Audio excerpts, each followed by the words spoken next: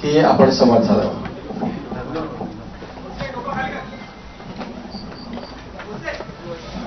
सर्वप्रथम मी मंत्रालय आणि विधिमंडळ वार्ताहर संघाचे अतिशय मनापासून आभार मानतो की आपण आजच शपथविधीनंतर या ठिकाणी मला निमंत्रित केलं आणि आपण सर्वांनी माझा स्वागत आणि सत्कार केला. त्याबद्दल मनापासून आपले आभार आहेत.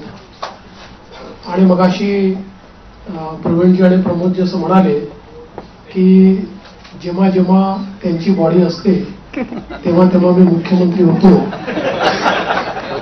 29ला तुमचीच बॉडी यावी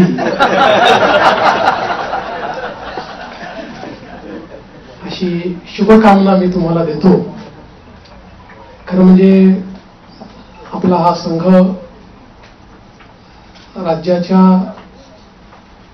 आपल्या संपूर्ण लोकशाही व्यवस्थेतला एक अत्यंत महत्वाचा स्तंभ आहे.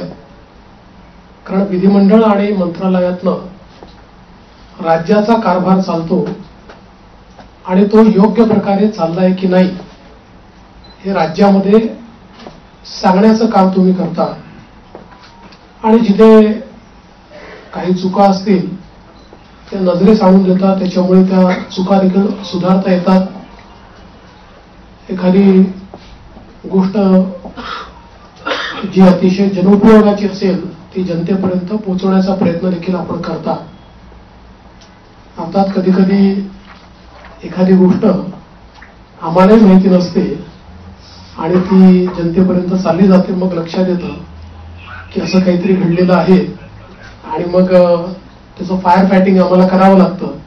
पण मला असं वाटतं की आपलं ते काम आहे आणि निश्चितपणे अतिशय चांगल्या प्रकारे आपण सर्व लोक ते करतात. गेली 2.5 वर्ष मुख्यमंत्री एकनाथराव शिंदेजींच्या नेतृत्वात आम्ही सरकार चालवलं आणि अतिशय गतिशील अशा प्रकारचे सरकार होतं. आज शपथविधीच्या निमित्ताने ज्यावेळेस आमची ऍडव्हर्टिजमेंट चालली होती तर त्यात मला कोणीतरी विचारलं की महाराष्ट्र आता थांबणार नाही असं तुम्ही का म्हणताय. तर मी त्यांना समजावून सांगितलं 2.5 वर्षामध्ये महाराष्ट्राने विकासाची गती घेतली आहे. आता या गतीला आम्ही तसंच पुढे नेऊ. आता महाराष्ट्र थांबणार नाही. त्या गतीनं प्रगतीकडे महाराष्ट्र जाईल आणि पायाभूत क्षेत्र असो, सामाजिक क्षेत्र असो, उद्योगाचं क्षेत्र असो, प्रत्येक क्षेत्रामध्ये महाराष्ट्र अग्रणी राहील असा विश्वास या निमित्ताने मी व्यक्त करतोय. खरं म्हणजे जरी आमचे रोल बदलले असले, मी 14ला मुख्यमंत्री होतो, शिंदे साहेब आमच्या सोबत होते, 19ला 72 तासांकरता का होईना पण मी आणि अजितदादा मुख्यमंत्री आणि उपमुख्यमंत्री होतो. मग मागच्या काळामध्ये शिंदे साहेब मुख्यमंत्री होते, मी उपमुख्यमंत्री होतो आणि अजितदादाही उपमुख्यमंत्री होते. आता पुन्हा मी मुख्यमंत्री आहे आणि शिंदे साहेब उपमुख्यमंत्री आहेत, अजितदादाही उपमुख्यमंत्री आहेत. रोल जरी आमचे बदलले असले तरी देखील दिशा तीच राहणार आहे, गती तीच राहणार आहे, समन्वय देखील तोच राहणार आहे. त्यामुळे मला असं वाटतं की कुठेही याच्यामध्ये वेगळेपण हे आपल्याला पाहायला मिळणार नाही. मात्र आत्ताच आमची जी पहिली मंत्रिमंडळाची बैठक झाली त्या बैठकीमध्ये आम्ही तिघांनीही सगळे जे आमचे अधिकारी आहेत त्या अधिकाऱ्यांना सांगितलं की मागच्या काळामध्ये पहिल्यांदा शिंदेजी आणि आम्ही आलो तर 50 ओव्हरची मॅच होती. मग अजितदादा जॉईन झाले तर काळ कमी असल्यामुळे 20-20ची मॅच होती. आता टेस्ट मॅच आहे, त्याच्यामुळे नीट योग्यपणे धोरणात्मक निर्णय घेत पुढची पायाभरणी योग्य प्रकारे करत आपल्याला राज्याला पुढे न्यायचं आहे.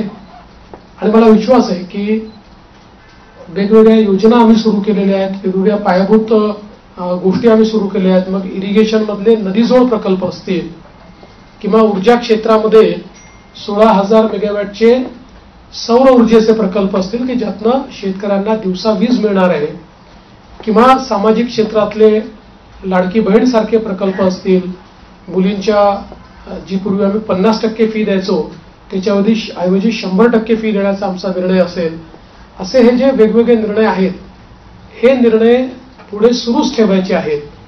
आणि आमचा प्रयत्न हा असणार आहे की आम्ही आमच्या वचननाम्यामध्ये, जाहीरनाम्यामध्ये जी जी आश्वासनं दिलेली आहेत ती आश्वासनं पूर्ण करण्याच्या दृष्टीनं पावलं आम्हाला उचलायची आहेत.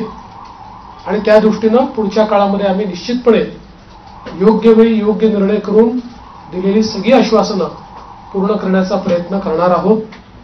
मी या निमित्ताने महाराष्ट्रातल्या जनतेला आश्वासित करू इच्छितो की एक लोकाभिमुख सरकार, सर्व समाजाला सोबत घेऊन चालणारं सरकार हे महाराष्ट्राला पुढच्याही काळात पाहायला मिळेल. आणि अडचणी अनेक येतात, पण त्या अडचणींवर योग्य मार्ग काढत आम्ही मार्गक्रमण करू हा विश्वास मला आहे. मी आपल्या सगळ्यांची देखील या प्रयत्नांमध्ये साथ मागतोय. आपलं देखील एक प्रकारे सहकार्य या सगळ्या प्रयत्नामध्ये असावं अशा प्रकारची आपल्या सर्वांना विनंती करतो. आणि आपल्या माध्यमातून महाराष्ट्राच्या 14 कोटी जनतेला मी आश्वासित करू इच्छितो की हे सरकार पारदर्शीपणे आणि गतिशीलतेनं